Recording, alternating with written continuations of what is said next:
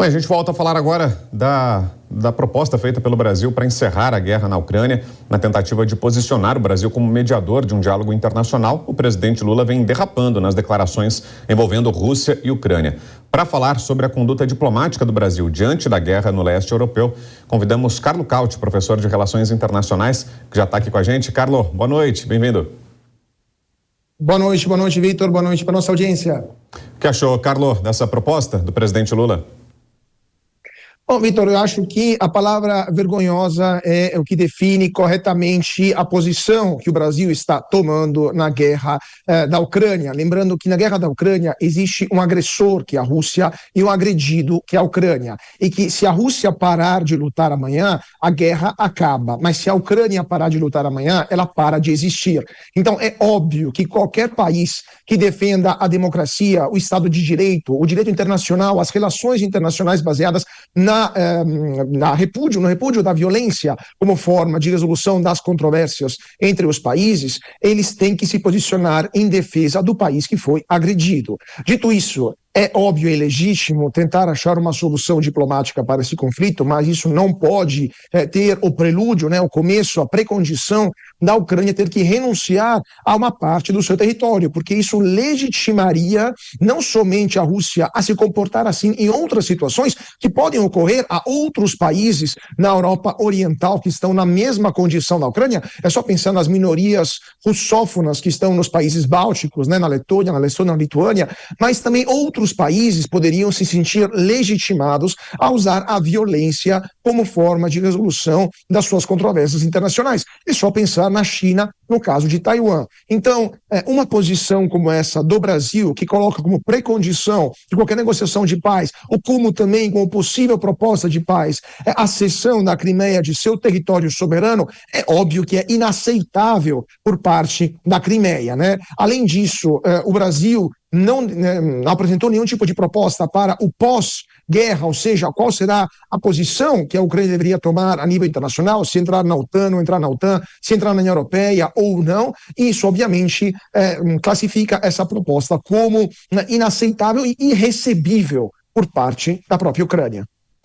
E aproveitando que você falou da China, Carlo, na semana que vem teremos a ida do presidente Lula à China. China que é um país que desde o início da guerra na Ucrânia tem ocupado um papel central, porque não manifestou claramente apoio à Rússia, um apoio que foi considerado por alguns analistas um apoio velado, uma posição nebulosa da China desde o começo do conflito, mas que se tornou mais clara essa posição nas últimas semanas com a visita do ditador chinês Xi Jinping à Rússia, e a recepção que houve por parte de Vladimir Putin. Parece que essa relação foi estreitada, e abertamente os dois chefes de Estado fizeram questão de tornar pública, essa proximidade. Você acha que diante disso também se torna um mau momento para essa ida do presidente Lula à China e amplia essas críticas e essa desconfiança com que está sendo visto o Brasil perante a comunidade internacional, Carlo?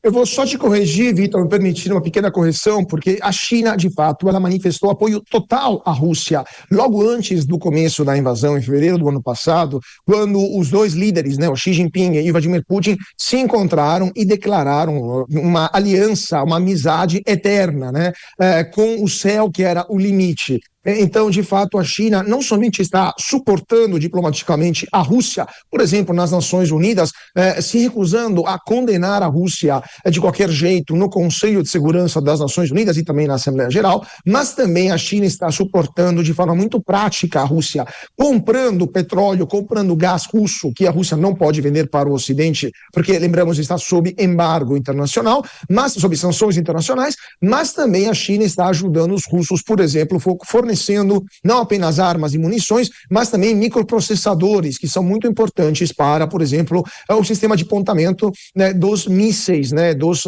da artilharia e também dos drones que os russos estão usando. Então, de fato, a China está sim suportando de forma muito intensa a Rússia, seja diplomaticamente, aqui também do ponto de vista prático, econômico e militar. Agora, uma visita de Lula à China nesse momento, ela tem razão de ser, porque obviamente é o novo presidente que o Brasil tem, e ele está fazendo o seu normal tour diplomático, foi para os Estados Unidos, foi para a Argentina, agora vai para a China, e também tem interesses econômicos que o Brasil tem muito fortes com a China. Lembrando que a China é o primeiro parceiro comercial do Brasil desde 2009 e há muito interesse, especialmente por parte do agronegócio e do setor de carnes nesse mercado. Mas, ao mesmo tempo, se o Lula assinar acordos ou se posicionar muito a favor, né, da posição chinesa, no caso a favor da Rússia também, é óbvio que o Brasil vai ser visto como um país em oposição ao Ocidente, um país fora